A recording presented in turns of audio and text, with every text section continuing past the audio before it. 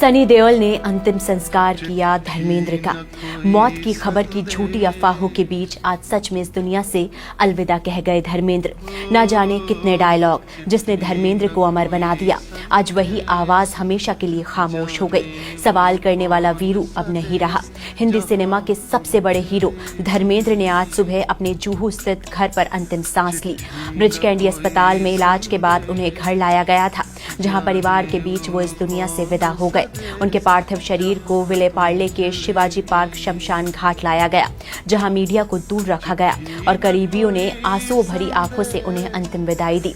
पूरा परिवार वहां मौजूद रहा। जिस शख्स ने पर्दे पर दोस्ती, प्यार और जज्बात की हर शक्ल दिखाई, वो आज जिंदगी की जंग हार गया। हेमा मालिनी और पहली पत्नी प्रकाश कौर अपने धर्म जी को हमेशा के लिए खो चुकी हैं। हालांकि उन्होंने हेमा मालिनी से दूसरी शादी की, पर प्रकाश कौर को कभी नहीं छोड़ा। अपने फर्ज निभाए। वो साथी, वो हमसफर, वो दोस्त अब सिर्फ यादों में रह गया।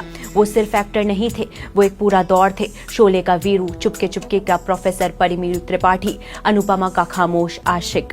1957 में दिल भी तेरा हम भी तेरे से शुरू हुआ सफर अपने 2 तक चला। 7 दशक का वो शानदार करियर ऐसा नाम बनाया जो आने वाली नस्लें भी भूल नहीं पाएंगी।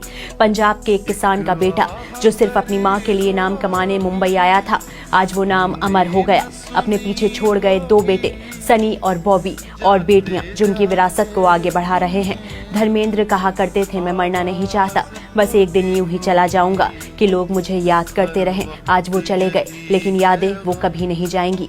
धरती का वीरू अब स्वर्ग के पर्दे पर नया रोल निभा रहा है।